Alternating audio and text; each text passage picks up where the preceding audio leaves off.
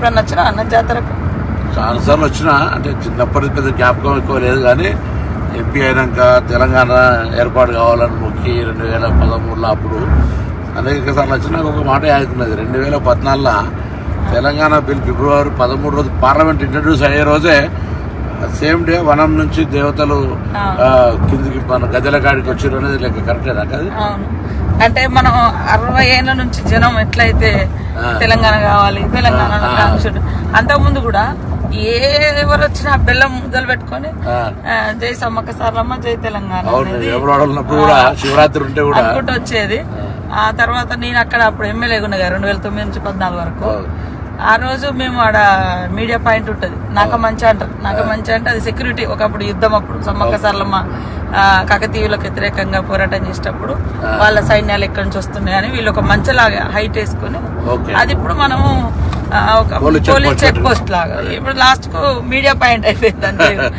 ఆడ ఉండగానే సాయంత్రం ఒక రిపోర్టర్ వచ్చి, మేడం ఈ రోజు పార్లమెంట్ లోకి బిల్లు వచ్చింది, తెలంగాణ బిల్లు వచ్చింది కానీ గొడవలు అయినాయి. ఎందుకంటే మేము ఆ జాతరలో ఉన్నాం కదా. పేపర్ స్ప్రే అదే రోజు స్పీకర్ అడ్డం నిలుస్తున్నాం మేము, బిల్లు పెడుతున్నంటే మొత్తం రాజగోపాల్ ముందు నుంచే బిల్లు పెట్టనీయమంటుండే. ఎట్లా పెట్టనీయరు ఏంది అనే దాని మీద మేము మొత్తం ఎంపీలు అందరం స్పీకర్ కు హోమ్ మినిస్టర్ అడ్డం నీళ్ళు ఉంటాం కదా, పేపర్ స్ప్రే కొట్టిన. అందుకే ఆ రోజే అమ్మవారు వచ్చి మాకు, ఎందుకంటే తల్లి అమ్మవారిని విశ్వాసం బాగా నుంచి కూడా అమ్మవార్లను మొక్కుడు.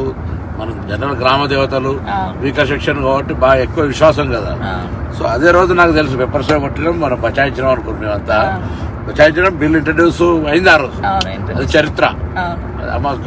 అమ్మలు కూడా మాకు కూడా చాలా అంటే ఆ బిడ్డలుగా తర్వాత ఆ ప్రాంతం గారే మన దేవుడి మొక్కు చాలా మంది మొక్కుకున్నారు.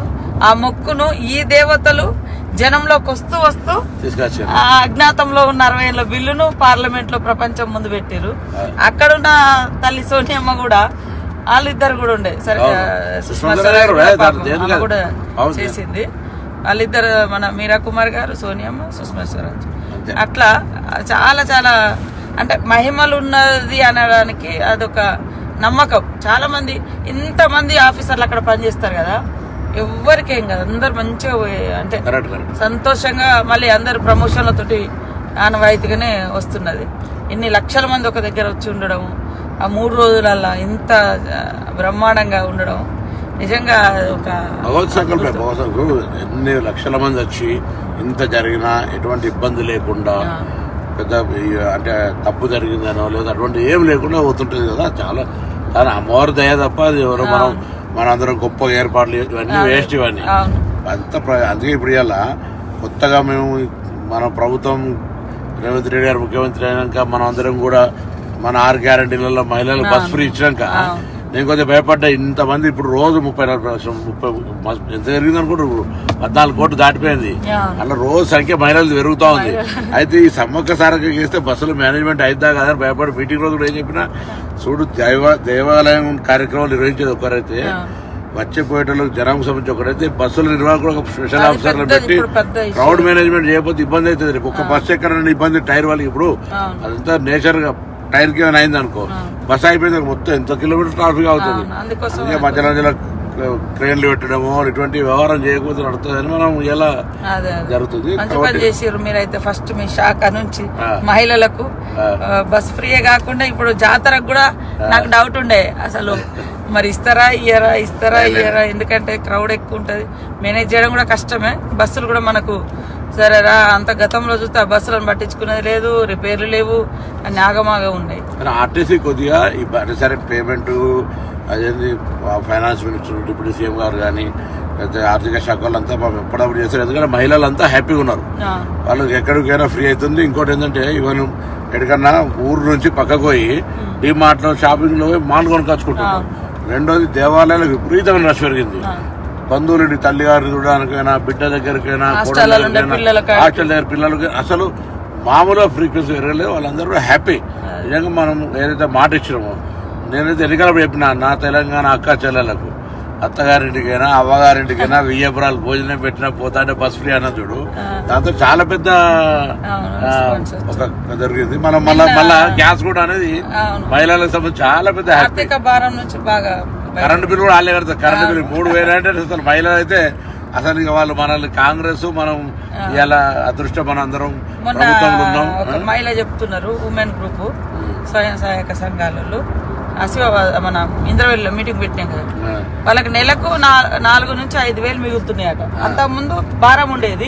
ఎందుకు అంటే మేము బస్ ఫ్రీ ఎక్కుతాను, వేరేకి వెళ్ళిపోతే బస్ ఖర్చు వచ్చేది. ఆ బస్సు కిరాయి కట్టకుండా మేము ఏడికి పోయినా కూడా పని చేసుకొని వస్తాను. మహిళా సంఘాలలో కూడా 4,000 నుంచి 5,000 భారం మాకు తగ్గింది మీ గవర్నమెంట్ వచ్చిన. చదువుకున్న పిల్లలక్క నేను నిజామాబాద్ మనం సడన్ గా ఆర్మూర్ బస్ స్టాండ్ కైనా 330 రూపాయలు టికెట్ మంచి పోతుంది వస్తుంది. వీక్లీ ఒకసారి అవసరం అయితే 2-3 రోజుల కోసం వేస్తున్నారు. అంటే చాలా కన్వీనియంట్ జరిగింది. 500-600 ఉన్నది బస్ కిరాయి వాస్తవానికి, గతంలో పెంచేసారు. ఇప్పుడు ఎందుకే సమ్మకు కూడా ఏర్పాట్లు బాగా చేయాలని మనం బస్సులకు సంబంధించి దాదాపు 6-7 బస్సులు పెట్టి మేనేజ్మెంట్ కూడా స్టాఫ్ మా ఎండి గారు కూడా చెప్పినాం, మా సెక్రటరీ కూడా అందరు మొత్తం అసలు అంటే అందరు వస్తారు. అన్ని రకాల ఏర్పాట్లకు ఎక్కడ ఇబ్బంది లేకుండా చేయాలని గవర్నమెంట్ కూడా అటువంటి ఆలోచనతో మనం కూడా అందరం చేస్తున్నాం. కాబట్టి ఆ సమ్మక్క సారక్క కార్యక్రమంలో కూడా భగవంతుని అందరూ ఇంకొకటి ఏంటంటే గొప్ప విషయం ఏంటంటే మనం ఈసారి అందరికి కూడా ఖచ్చితంగా ప్రతి తెలంగాణ బిడ్డ ఇంటికి మనం బంగారం అంటే బెల్లం ఏదైనా ప్రసాదం పంపాల్సిందే. ఆ కార్యక్రమంలో మనం తప్పకుండా నిర్వహించాల్సిన అవసరం ఉంది. అది ఎంతరన్నా కానీ మనకు అన్ని గ్రామ సేవకుల ద్వారా అవసరమైతే ప్రతి నెట్వర్క్ ఉంది. అందులో పంచాయతీరాజ్ డిపార్ట్మెంట్ కావచ్చు, లేకపోతే మనం ట్రాన్స్పోర్టేషన్ కూడా మా ట్రాన్స్పోర్ట్ వ్యవస్థ ఉన్నది మా దగ్గర నాటేస్తుంది. మేము ఇంకో ట్రాన్స్పోర్ట్ లో గూడ్స్ పెట్టాం కదా.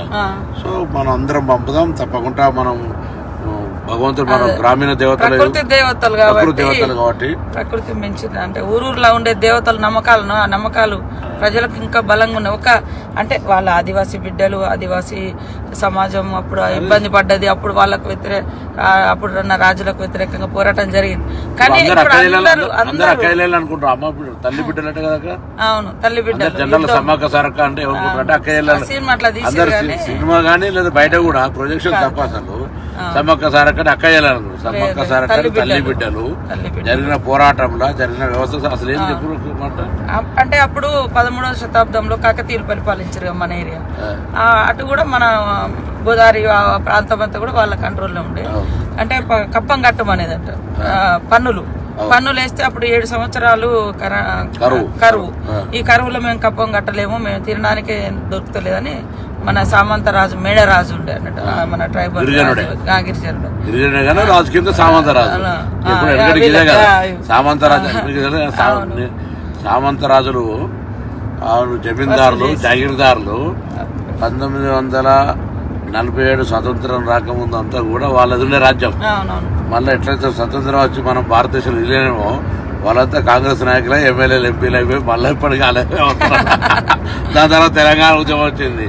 మళ్ళీ ఆనాడేమో మనం ముక్తి కోసం విముక్తి కోసం అన్నాం. ఇలా నీళ్లు నిధుల కోసం ఆనాడేదో జరిగింది, మళ్ళీ ఇదే జరిగింది. ఆయనను ఇబ్బంది పెడితే మేము కట్టలేమంటే కాకతీయులు యుద్ధం ప్రకటించారు. వీళ్ళ దగ్గరేమో మంచి ఆధునికమైనటువంటి ఆయుధాలు, ఆధునిక ఆయుధాలు, మన దగ్గరేమో బల్లలు, బర్షలు, బాణాలు. అట్లా కూడా పాపం యుద్ధం చేసిర్రు.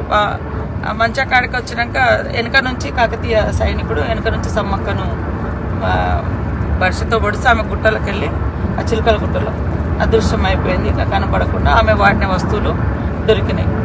అట్లా ఆమె దొరకలేదు, అట్లా దేవతగా మారి ఇప్పుడు ప్రతి 2 సంవత్సరాలకు ఒకసారి గుట్ట మీద నుంచి కుంకుమబర్ణి రూపంలో ఆమె వస్తువులు తీసుకొచ్చి ప్రతిష్ఠింపజేస్తారు. ఆ 4 రోజులు, ఆ 3 రోజులు గద్దెల మీద ఉంటుంది. ఆ తర్వాత మళ్ళీ శనివారం రోజు జాతర ఏ వారం అన్నా రాని, బుధవారం స్టార్ట్ అవుతుంది, శనివారం నాడు ఎండ్ అవుతుంది. అది ఏ తారీఖు అన్నా కానీ ఏ నెలన్నా కానీ. వారాలు మాత్రం బుధవారం నాడు సార్లమ్మ వస్తుంది గద్దెల మీదకి, బేస్తవారం నాడు సమ్మక్క వస్తుంది, శుక్రవారం నాడు అందరు దేవతలు ఉంటారు. పగడిద్దరాజు, గోవిందరాజు. గోవిందరాజు ఏమో సార్లమ్మకు భర్త, పగడిద్దరాజు ఏమో సమ్మక్కకు భర్త. సమ్మక్క సార్లమ్మ తల్లి బిడ్డ, జంపన్నేమో కొడుకు, సమ్మక్క కొడుకు.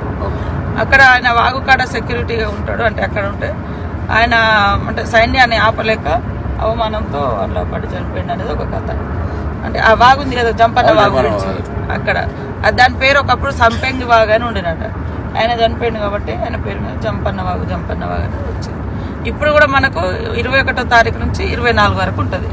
21 నాడు సార్లమ్మ వస్తుంది గద్దె మీదకి, 22 నాడు సమ్మక్క వస్తుంది. 23 అందరు దేవుళ్ళు ఉంటారు. 24 సాయంత్రం మళ్ళీ 4 గంటలకు మళ్ళీ యథావిధిగా చిలకల గుట్టకు సమ్మక్క వెళ్తుంది. కన్నపల్లికి సార్లమ్మ వెళ్తుంది. గోవిందరాజు అక్కడ కొండాయి విలేజ్ వెళ్తారు. మళ్ళీ అక్కడ వాళ్ళకు గూడులు ఉంటాయి. అక్కడ గుట్టలలో వంశస్థులు ఆ వంశస్థులు మళ్ళీ ఇది అయిపోయిన తర్వాత నెక్స్ట్ జాతర కూడా ఊర్లలో మళ్ళీ చేస్తారు. తిరుగువారం జాతర. ఎదురు పిల్లలు ఇచ్చుడేమో ముందు వారం ముందే, వచ్చే వారం బుధవారం ఈ బుధవారం. చాలా మంది మన తెలంగాణలో అందరు కూడా జాతరకు ఉన్నదంటే ఖచ్చితంగా వేములవాడకు వచ్చి ఇక్కడ మొక్కులు తీసుకుని అక్కడికి వస్తారు. మొన్న మేము కూడా మా అమ్మ నాన్న అంతా ఫ్యామిలీ అంతా ఫస్ట్ ఆడికి వచ్చారు. ఆడికి పోయి తర్వాత ఇక్కడికి పోవడం మన శివరాత్రి జాతర. అసలు వేములవాడ మామూలు సోమవారం కదా, లక్షల మంది ఉంటారు. అవును, కానీ మారాలి, అది ఇంకా మార్చాలంటే ముఖ్యమంత్రి 100 కోట్లు ఇస్తారు, ఇవ్వలేదు. అక్కడ ప్రస్తుత శివాలయాలు నిర్లక్ష్యం ఉంటే సరే మేము ఇప్పుడు దాన్ని నేను మిత్రుడు శాసనసభ్యుడు రాజును కలిసి చేయాలనే ప్లానింగ్ చేస్తున్నాం. దానికి డెవలప్మెంట్ మన అందుకే వీటిడే డెవలప్మెంట్ కూడా ముఖ్యమంత్రి గారి దగ్గర పెట్టాం. దీని లింక్స్ ఇప్పుడు నిన్న కూడా మనం బడ్జెట్ చదివినప్పుడు మనకు పెద్ద దేవాలయం నేను అన్నా కాకుండా అదే ఇవన్నీ చేస్తాము. ఏదైనా మొత్తానికి అయితే అక్క సమ్మక్క సారక్క పోతున్నాం. మంచి అమ్మవారిని మొక్కి ఈ కార్యక్రమం ఎటువంటి విఘ్నాలు లేకుండా అందరు భక్తులు వచ్చి మంచిగా ప్రభుత్వం ఇస్తున్న ఉచిత బస్సు కావచ్చు, అక్కడ మనం ఇప్పటికీ ఏర్పాటు చేస్తున్న సౌకర్యాలు కావచ్చు, ఏదున్నా లోకల్ గా నేను స్కూల్ ఓనర్ కూడా కోరుతా ఉన్నా, మీరు బస్సులో పోతా అంటే ఇవ్వండి. మీరు అన్ని బస్సులనే రావాలి, అందరు ఇళ్ళనే కాదు, స్కూల్ బస్సులు ఫ్రీ ఇవ్వండి. ఎవరికి వాహనాలు ఉంటే వాళ్ళకు వాళ్ళ ఫ్యామిలీ పోయినాడు ఇంకోరైనా పోతా అంటే ఇవ్వండి. అందరూ మొత్తం ప్రజా రవాణా మీద ఆధారపడితే కూడా ఇబ్బంది అవుతుంది. 2 సంవత్సరాలకు ఒకసారి వస్తుంది కాబట్టి అందరూ కూడా అన్ని రకాలుగా ఎవరు ఇప్పుడు భక్తులకు దేవునికి ఎట్లా సాయం చేయాలనుకుంటే అట్లా సాయం చేయాలి. కొందరు ఉండేళ్ళు వేస్తారు, కొందరు 4 అన్నదానం పెట్టి కార్యక్రమం. అట్లా అందరు స్వచ్ఛంద సంఘాలు కూడా రాష్ట్ర వ్యాప్తంగా ప్రజలకు వచ్చి అన్ని సౌకర్యాలు ఏమైనా కూడా కొట్టండి. నీళ్ళు ఇచ్చడం, నీళ్ళ సప్లయర్లు కావచ్చు, భోజనం వాళ్ళు కావచ్చు, లేదా ఇతర స్నాక్స్ ప్రిపేర్ చేసే చాలా మంది ఇప్పుడు అటువంటి ఎవ్వరికి వాళ్ళు వచ్చి సాయం చేయమని కూడా మనం అందరం కూడా ప్రభుత్వం తరఫున కోరుతాను. ఈ సమ్మక్క సారక్క అనేది రాష్ట్ర ప్రభుత్వ కార్యక్రమం జాతీయ స్థాయిలో కూడా గుర్తించాలని చెప్తాను. ఇప్పుడు మాట్లాడతారు నేషనల్ ఫెస్టివల్ చేయమంటే అది కూడా చేయాలి. ఇలా ఇవన్నీ ఉన్నాయి. ఇవన్నిటికి సంబంధించి తప్పకుండా మనం మళ్ళీ ఇప్పుడు 4-5 రాష్ట్రాలలో వస్తారు. ఛత్తీస్గఢ్, మధ్యప్రదేశ్, ఒరిస్సా, మహారాష్ట్ర, ఏదో వేములవాడ ఇక్కడికి మహారాష్ట్ర చాలా మంది వస్తారు సమ్మక్క సారక్క. సో అందరి పండుగ ఇది. అందరు కూడా దీనికి సహకరించి ఈ కార్యక్రమం విజయవంతం కావాలని చెప్పి మళ్ళా మా ఏరియాకి వస్తున్నారు. వరంగల్ జిల్లా ఉమ్మడి జిల్లానే కదా కాబట్టి మళ్ళీ ఒకసారి అందరం కుటుంబ పరంగా కూడా వస్తాం. అందరికి స్వాగతం. సమ్మక్క సారక్క అందరికీ విజయవంతంగా భగవంతుని అమ్మవారి ఆశీర్వచనం ఉండాలని కోరుకుంటాం.